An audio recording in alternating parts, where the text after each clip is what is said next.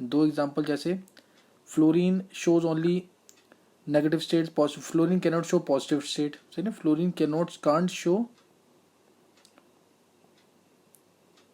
Positive oxidation state, ये positive state show नहीं कर सकता। फ्लोरीन अकेला है जो हाइड्रोजन बॉन्डिंग में इन्वॉल्व है। Fluorine is involve in forming hydrogen bonds, in forming H bonds. Fluorine forms only one oxo acid. Fluorine forms only one oxo acid, HOF। ये बनाता है अकेला ऑक्सो एसिड जिसमें F माइनस है और H plus है, F minus है और H प्लस है। तो ये ध्यान रखना इसके अंदर, ये अकेले ऑक्सो। तो ये एनोमलस बिहेवियर है। अब स्टडी करेंगे हम chemical properties. Now will study chemical properties, सही ना। केमिकल प्रॉपर्टीज इसकी क्या है वो देखेंगे एक बार। Chemical properties of halogens.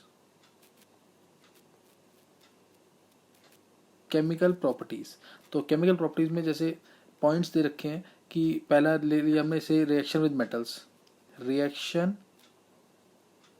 With metals,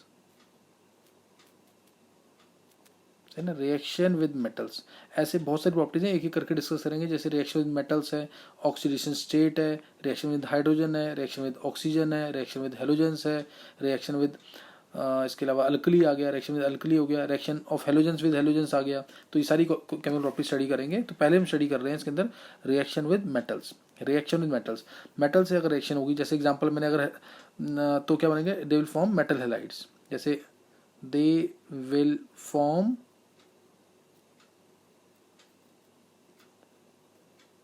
metal halides, ये मेटल हैलाइड्स बनाएंगे। जैसे एग्जांपल NaCl बन गया, NaF बन गया पहले, फिर NaCl बन गया, NaBr बन गया, NaI बन गया। तो ये मेटल हैलाइड्स बन गए। तो इसका पूछ सकते हैं, क्वेश्चन पूछे हुए NCERT के अंदर कि जैसे इसमें ऑर्डर क्या होगा, इसमें ऑर्डर क्या होगा आयनिक कैरेक्टर का। तो आयनिक कैरेक्टर का ऑर्डर किया आ जाएगा। इसको हम डिस्कस कर सकते हैं कैसे, फिजांस रूल से भी डिस्कस कर सकते हैं कि smaller larger than ion more will the polarising power more will the covalent character, ऐसे भी डिस्कस कर सकते हैं। और अगर मैंने ले लिया सपोज ये क्वेश्चन NCERT के अंदर SnCl2, SnCl2 इसमें से कौन सा ज़्यादा कोवेलेंट होगा, तो SnCl4 ज़्यादा कोवेलेंट होगा। SnCl4 क्या होगा, ज़्यादा कोवेलेंट होगा। PbCl2 PbCl4, इन दोनों में ज़्यादा कोवेलेंट कौन सा होगा, PbCl4। हायर स्टेट में हमेशा कोवेलेंसी होती है, हायर स्टेट में इलेक्ट्रॉन्स हमेशा शेयर होंगे, ध्यान रखना। In higher state electrons are always shared. ये NCERT के 12th क्लास के NCERT का क्वेश्चन है। PCl5 PCl3 which is more covalent, ये NCERT का क्वेश्चन है 12th क्लास की। PCl5 PCl3 which is more covalent, तो यही होगा। मैंने अभी बताया हायर स्टेट में, अब जैसे फॉस्फोरस है, ये 5 इलेक्ट्रॉन अपने देगा नहीं, हर एक क्लोरीन को एक एक इलेक्ट्रॉन दे दे। क्यों, क्योंकि 5 इलेक्ट्रॉन निकालना फॉस्फोरस में से बहुत ज़्यादा एनर्जी लगेगी, इसलिए ऐसा नहीं हो पाता। हायर स्टेट में इलेक्ट्रॉन हमेशा क्या होते हैं, शेयर होते हैं रादर देन लूज इलेक्ट्रॉन। और दूसरा हम ये भी कह सकते हैं कि इसमें P कौन सी स्टेट में आएगा, +5 में होगा, और P यहाँ पे क्या है, +3 में, यहाँ +3 में होगा। तो स्मॉल, ये ज़्यादा स्मॉलर है, स्मॉलर कैटायन, इसका कैटायन छोटा होगा, तो मोर पोलराइजिंग पावर होगी इसकी, मोर polarising power, hence more covalent character.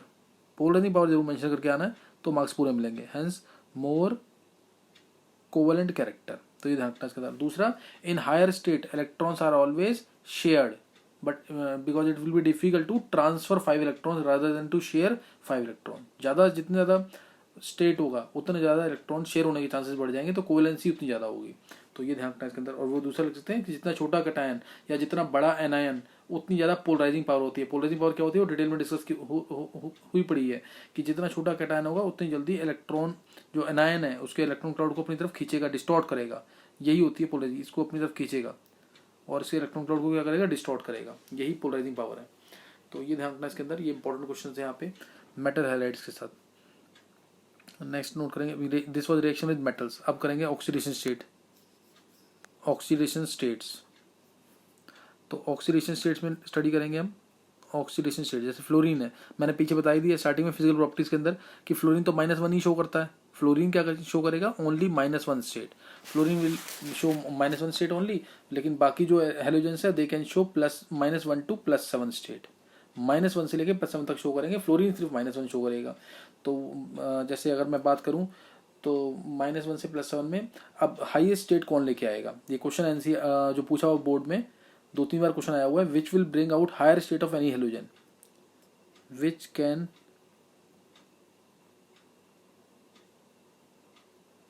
bring out highest state of any element more readily। तो क्या आंसर आ जाएगा इसका, कौन लेके आएगा हायर स्टेट को, हायर स्टेट को कौन लेके आएगा। तो हायर स्टेट को लाने के लिए हम सोचेंगे तो फ्लोरीन आना चाहिए, आंसर फ्लोरीन आना चाहिए क्योंकि फ्लोरीन ज़्यादा इलेक्ट्रोनेगेटिव है, किसी भी एलिमेंट की हायर स्टेट को लेके आ जाएगा। लेकिन फ्लोरीन जो अगर हायर स्टेट लेके आएगा, जैसे अगर मैं बात करूँ इधर से मेरे को लेके आना है XCF6 है, सपोज XCF6, तो एक एग्जांपल ले रहे हैं, XCF6 लेके आते हैं तो इसमें 6 फ्लोरीन चाहिए, 6 फ्लोरीन जेनॉन के अराउंड होंगे तब जाके +6 स्टेट आएगी। और यही काम +6 लेके आने के लिए ऑक्सीजन जो है वो आधे में कर देगा, XeO3 में आ गई +6, XeO3 में आ गई कि नहीं, XeO3 +6 स्टेट आ गई इसमें। तो क्यों ऐसा क्यों हो रहा है, क्योंकि ऑक्सीजन की टेंडेंसी क्या होती है, मल्टीपल बॉन्ड बनाने की, मल्टीपल बॉन्ड बनाने की टेंडेंसी है, एक आएगा और चार्ज इसके ऊपर कितना रहेगा +2, दूसरा आया वो भी चार्ज किया रहेगा +2, तीसरा आया वो भी चार्ज किया रहेगा +2। तो इसलिए हायर स्टेट कौन लेगा, oxygen is the answer, oxygen has tendency to form multiple bonds, ये आंसर लिखना है। Therefore it will bring out more readily the highest state of any element, oxygen has tendency to form multiple bonds।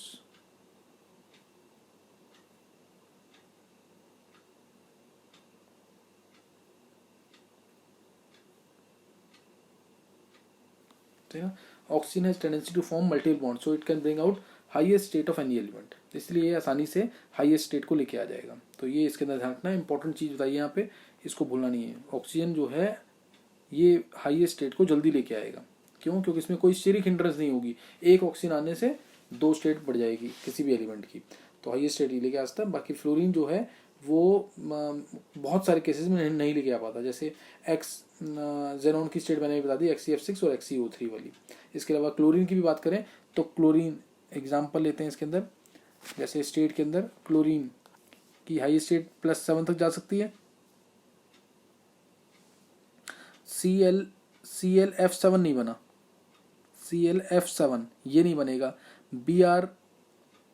BrF7 भी नहीं बनेगा, या कोई भी ऐसा एलिमेंट सोच लिया हम ClF7 BrF7 ये नहीं बन रही, reason because of steric hindrance, बड़ा ग्रुप है तो रिपल्शन ज़्यादा हो जाएंगी स्टेरिक रिपल्शन की वजह से या हिंड्रेंस की वजह से। लेकिन ऐसे ही अगर मैं बोलूँ ClO4 नेगेटिव तो इसमें +7 स्टेट आ रही है और ये बनेगा BrO4 नेगेटिव बन जाएगा आसानी से, क्यों, क्योंकि सेम काम ऑक्सीजन जो है आधे में कर रहा है और फ्लोरीन के लिए ज़्यादा चाहिए एटम्स, तो इसलिए स्टेरिक हिंड्रेंस ज़्यादा होगी, स्टेरिक रिपल्शन ज़्यादा होंगी, क्लियर क्या ज़्यादा होंगी, स्टेरिक रिपल्शन ज़्यादा होंगी इसके अंदर। तो इसलिए ये ClF7 और BrF7 नहीं एग्जिस्ट कर सकते, लेकिन हाईएस्ट स्टेट क्लोरीन की ऑक्सीजन आसानी से लेके आ रहा है। तो ये इंपॉर्टेंट क्वेश्चन थे यहाँ पे, ये कर सकते हैं इसको। तो नेक्स्ट अब है कि क्या कहते हैं, रिएक्शन विद हाइड्रोजन लेंगे, रिएक्शन विद हाइड्रोजन।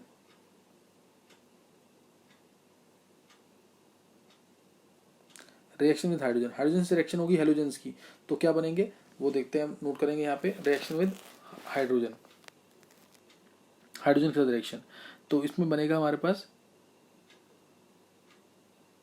जैसे अगर मैं बात करूँ इधर H2 + F2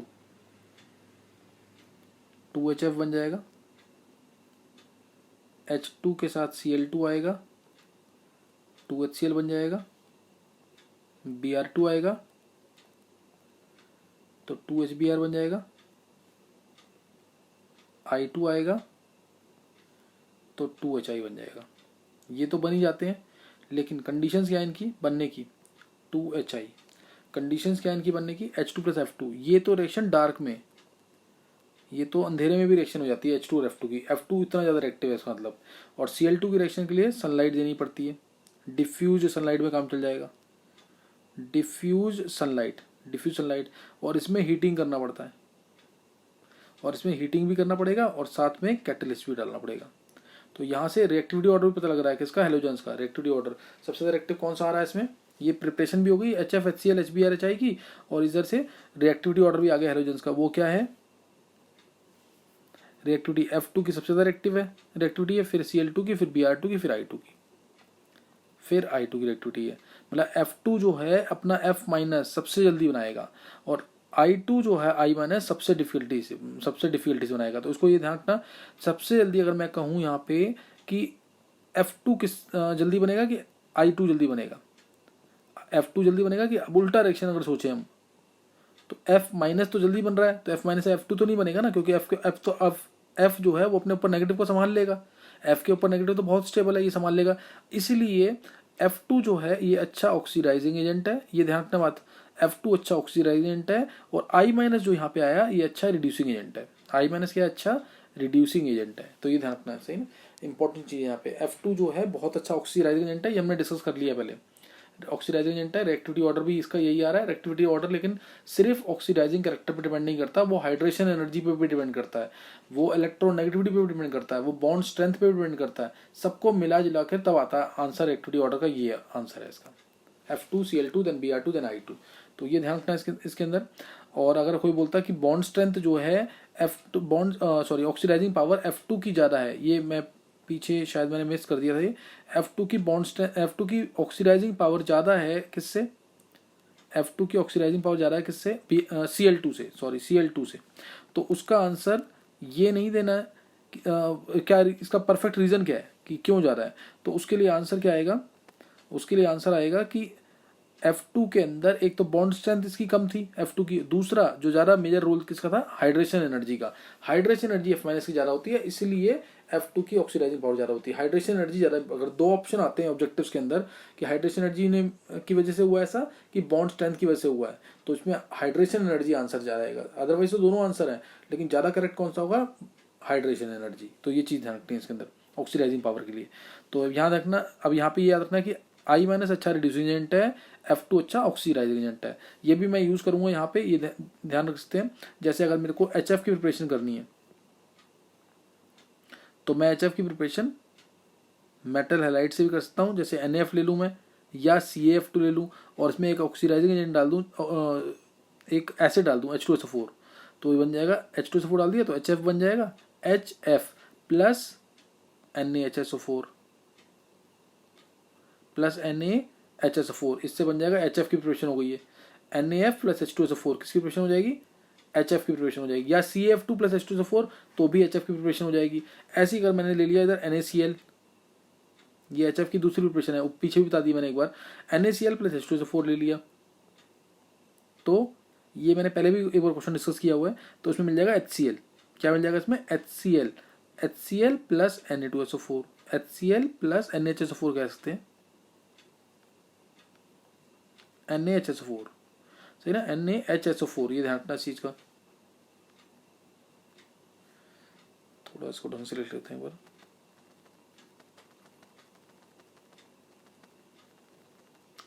NaHSO4,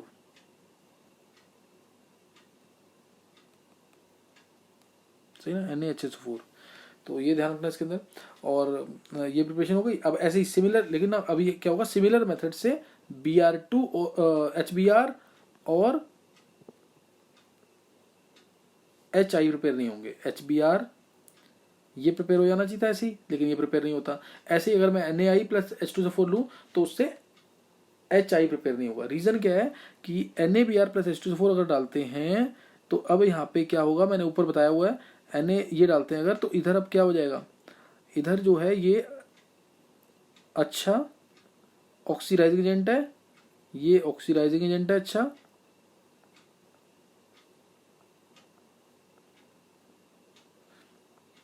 ये अच्छा ऑक्सीडाइजिंग एजेंट है, और ये Br माइनस क्या है, रिड्यूसिंग एजेंट है। तो अब क्या होगा, इसमें Br2 मिल जाएगा, ये मैंने ऊपर बताया ना, रिड्यूसिंग एजेंट Br माइनस क्या अच्छा रिड्यूसिंग एजेंट है, तो इसलिए Br2 मिल जाएगा, प्लस H2SO4 रिड्यूस हो जाएगा क्योंकि ऑक्सीडाइजिंग एजेंट का काम कर गया यहाँ पे अब, प्लस H2O। तो ये इसके अंदर ध्यान रखना इसके अंदर। तो ये चीज़ इसके अंदर ध्यान रखनी है कि इसलिए ऐसा हो जाएगा, सही ना।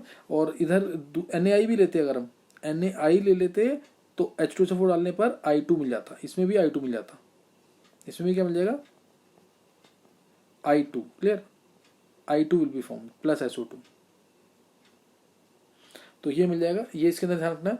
इसी वजह से हम यहाँ पे अगर इसकी प्रिपरेशन करनी है मेरे को, इससे अगर मेरे को प्रिपरेशन करनी है इसकी HBr की और HI की, तो मेरे को थोड़ा पुअर रिड्यूसिंग एजेंट लेना पड़ेगा, जैसे H3PO4। तो ये क्वेश्चन भी आ सकता है, why they can't be prepare. ये आगे मैं एल्काइल हाइड चैप्टर है इसका ऑर्गेनिक का, उसमें भी यूज करूंगा कि I- जो है यहाँ पे अच्छा रिड्यूसिंग एजेंट है, तो ये किस में चला जाएगा I2 के अंदर by H2SO4 which is mild oxidizing agent, तो इसलिए ऐसा हो जाएगा यहाँ पे। तो ये मैंने ऊपर इसीलिए बताया था यहाँ पे कि I-Br- they are good reducing agents, तो ये ध्यान रखना इसके अंदर। नेक्स्ट नोट करेंगे यहाँ पे हम, अब अगर मेरे को प्रिपेयर करना ही है मान लो एसिड से, तो थोड़ा सा और वीक ऑक्सीडाइजिंग एजेंट लेंगे जैसे H3PO4, वो इसको प्रिपेयर कर देगा। थोड़ा वीक और कैसे ले लेंगे, जैसे ये ले लिया मैंने NaBr प्लस H3PO4, तो ये बना देगा HBr यहाँ पे, ये HBr बना देगा क्योंकि ये और वीक हो गया। और Ki प्लस H3PO4,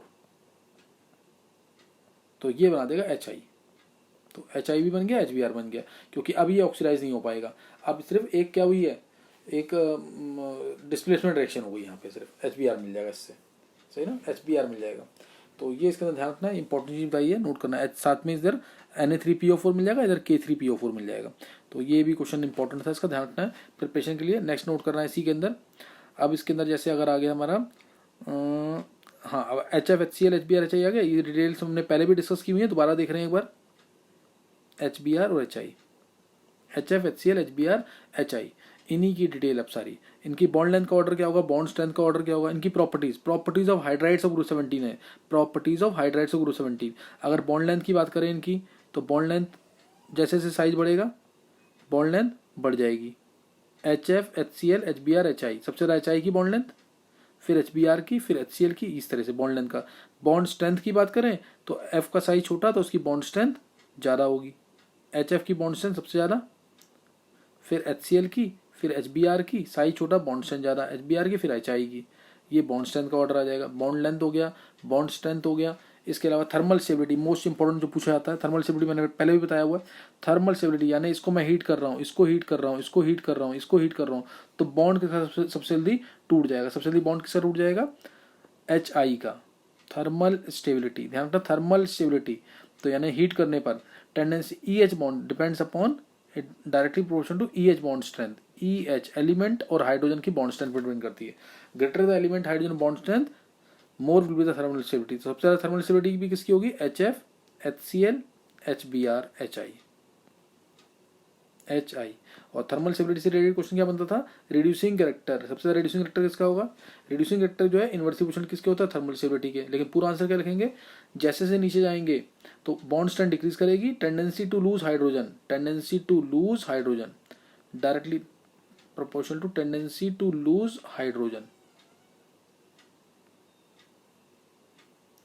जितनी ज्यादा हाइड्रोजन को लूज करने की टेंडेंसी होगी, जितनी ज्यादा हाइड्रोजन को लूज करने की टेंडेंसी होगी, उतनी ज्यादा रिड्यूसिंग कैरेक्टर होगा। तो most reducing is HI, most reducing will be HI।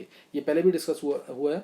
Group 15 में भी BiS3 था मोस्ट रिड्यूसिंग, ग्रुप 16 में भी H2PO कह लो या फिर H2TE मोस्ट रिड्यूसिंग था। Down the group bond strength decreases, so tendency to lose hydrogen increases. और रिड्यूसिंग कैरेक्टर की जगह मैं अगर एसिडिक कैरेक्टर बोलूँ उसमें, तो सेम चीज बोलेंगे, बस टेंडेंसी टू लूज बोलेंगे H+। ये ध्यान रखना इस चीज का, tendency to lose H+ increases down the group, क्योंकि बॉन्ड लेंथ बढ़ती जाएगी, बॉन्ड स्ट्रेंथ कम होती जाएगी, तो रिड्यूसिंग एसिडिक कैरेक्टर क्या होगा, बढ़ेगा। क्यों, इसमें क्या बोलेंगे, tendency to lose not hydrogen, tendency to lose H+ will increase down the group.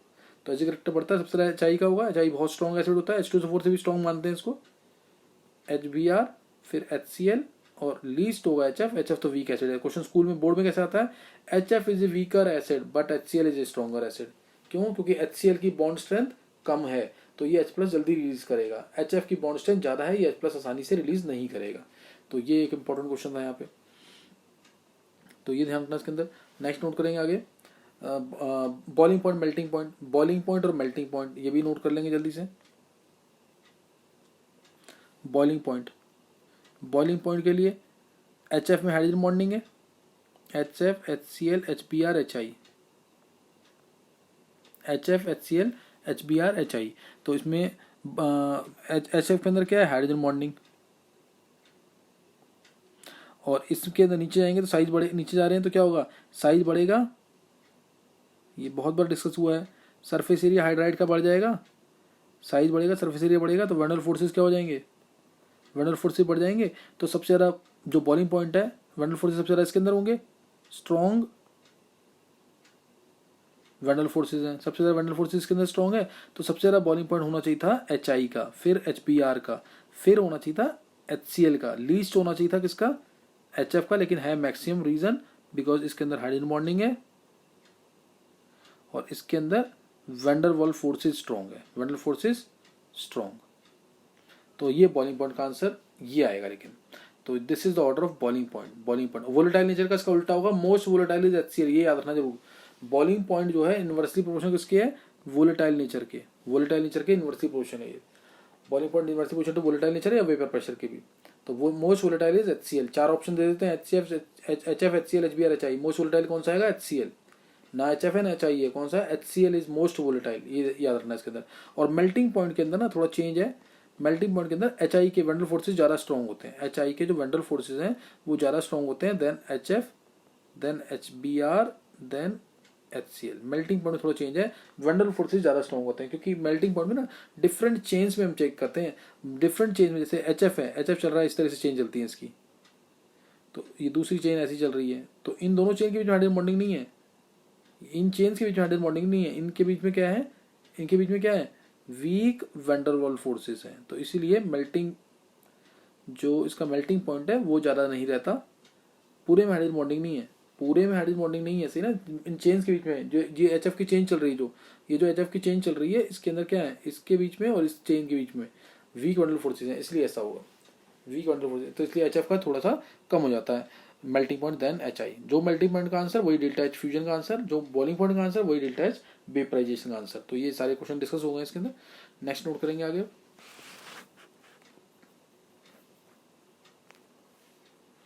Next आ जाएगा इसके अंदर अब रिएक्शन विद, चलो एक बार डिस्कस ट्राई करते हैं, जल्दी से हो जाएगा।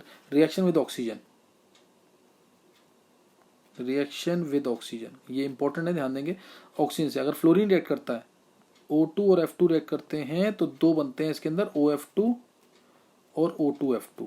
दोनों ही अनस्टेबल हैं, दोनों ही क्या है, unstable, both are unstable, but this is highly unstable, highly unstable है ये।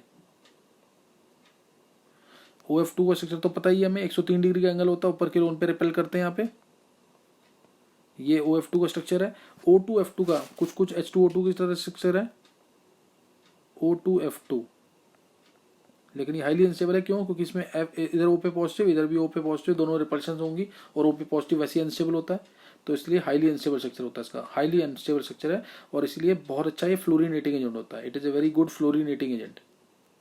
फ्लोरीन एटम्स देता है, फ्लोराइड आयन नहीं देता, ध्यान रखना चीज़ का। फ्लोरीनेटिंग एजेंट होता है ये, और क्या देगा, फ्लोरीन एटम्स। जैसे अगर मैं बात करूँ, ये XCF4 है, अगर मान लो XCF4 है, इसमें O2F2 डाल दिया, ये क्वेश्चन पूछते भी हैं, तो इसको O2F2 डाल दिया तो इसको फ्लोरीनेट कर देगा, क्या दे देगा, XCF6 प्लस O2, ये फ्लोरीनेटिंग। ऐसे प्लूटोनियम है, O2F2 डाल दिया तो PuF6 बना के इसको बाहर निकाल देगा, इसको PuF6 बना के न्यूक्लियर फ्यूल से बाहर निकाल देगा, PuF6 प्लस O2। तो ये फ्लोरीनेटिंग एजेंट का काम कर रहा है। ये किस काम कर रहा है, फ्लोरीनेटिंग एजेंट का। तो इसमें जैसे क्वेश्चन भी पूछ सकते हैं कि इसमें से किसके अंदर पेरोक्साइड लिंकेज है, H2O2 में, B O2F2 में, C PbO2 में, D ऑल। तो ये खुद चेक करना answer, which is having peroxide linkage, H2O2 O2F2 PbO2 और ऑल आएगा। तो इसमें खुद चेक करना कि क्या आंसर आएगा, which is having peroxide linkage. तो ये यहाँ पे हमने डिस्कस किया क्या। अब एक चीज़ और कि इन ऑक्साइड्स, इनको OF2 को और O2F2 को, इन दोनों को ध्यान रखना, they are called as fluorides. इन्हें क्या बोलते हैं, फ्लोराइड्स, नॉट ऑक्साइड्स। ये भी क्वेश्चन मैंने पहले डिस्कस किया हुआ है। क्यों? क्योंकि फ्लोरीन इज मोर इलेक्ट्रोनेगेटिव, तो F माइनस की फॉर्म में होगा तो फ्लोराइड्स बोलेंगे इसको। Fluorine is more EN, fluorine की जो है electronegativity it is greater than oxygen, इसलिए ऐसा है। They are called as, NCERT का क्वेश्चन भी है, why OF2 is called as oxygen difluoride, why this O2F2 is called as dioxygen difluoride. इसको ऑक्साइड क्यों नहीं बोल रहे? क्योंकि फ्लोरीन जो है ज्यादा इलेक्ट्रोनेगेटिव है किससे? ऑक्सीजन से, इसीलिए ऐसा कर रहे हैं। ये ध्यान रखना चीज का। तो ये इंपॉर्टेंट क्वेश्चन से डिस्कस किए यहाँ पे। नेक्स्ट नोट करना है अदर जो एलिमेंट्स हैं। अदर एलिमेंट्स की बात करें, जैसे क्लोरीन है, ये कौन से ऑक्साइड बनाएगा? या फ्लोरीन है, ब्रोमीन है, आयोडीन है, ये कैसे ऑक्साइड बनाते हैं? ये ऑक्साइड बनाएंगे X2ON टाइप के। N जो है 1 से 7 तक जाएगा, N 1 से लेके 7 तक जाएगा। क्लोरीन की बात करें तो कुछ जो हैं वो देख लेते हैं। Cl2O बनाता है, ClO2 बनाता है। Cl2 का क्वेश्चन है एक, यूज ऑफ ClO2, ये ब्लीचिंग एजेंट का काम करता है और ऑक्सीडाइजिंग एजेंट का। ये एनसीईआरटी का क्वेश्चन है। Use of ClO2 bleaching agent होता है और दूसरा ऑक्सीडाइजिंग एजेंट भी होता है ये, तो ये ध्यान रखना है। ये Cl2O6 भी बनाता है, Cl2O7 भी। ये क्लोरीन की ऑक्साइड्स है, क्लोरीन की ये ऑक्साइड्स है। और जितनी ज़्यादा स्टेट होगी उतनी ज़्यादा स्टेबिलिटी होती है ऑक्साइड की, ये ध्यान रखना। जितनी भी ऑक्साइड्स हैं उनमें जितनी ज़्यादा स्टेट होगी उतनी ज़्यादा स्टेबिलिटी, तो जितनी ज़्यादा स्टेट उतनी ज़्यादा स्टेबिलिटी, यानी ऑर्डर ऑफ स्टेबिलिटी क्या आ जाएगा? Cl2O7, Cl2O6, फिर ClO2, फिर Cl2O। This is order of stability. ये भी पूछ सकते हैं। Greater the state, oxidation state जितनी ज़्यादा होगी सेंट्रल एटम की, साइज उतना छोटा होगा। साइज सेंट्रल एटम का क्या होगा? उतना छोटा होगा। और साइज छोटा होगा तो क्या होगा? साइज छोटा होगा तो बॉन्ड स्ट्रेंथ बढ़ जाएगी, बॉन्ड स्ट्रेंथ बढ़ेगी तो स्टेबिलिटी बढ़ जाएगी। ये प्रॉपर आंसर लिख दिया मैंने यहाँ पे इसका, अपने वर्ड्स में खुद लिख लेंगे इसको, तो स्टेबिलिटी बढ़ जाएगी। तो this is order of stability also. Order of stability भी यही, इन्हीं का यही है। और अगर इनकी बात करें तो इसके अंदर अब जैसे अगर मैं ब्रोमीन के तो ऑक्साइड मिडल रो एनोमली, ये वर्ड लिखा हुआ है एनसीईआरटी के अंदर। ब्रोमीन के जो ऑक्साइड्स हैं वो Br2O है वैसे तो, और BrO2 है, लेकिन ये दोनों हाईली अनस्टेबल है मिडल रो एनोमली की वजह से। ये क्या होता है मैं बताऊंगा अभी। मिडल रो एनोमली की वजह से हाईली अनस्टेबल है। और जो आयोडीन है इसके ऑक्साइड्स I2O4, I2O5 भी होता है, I2O4, I2O5, I2O7 भी होता है।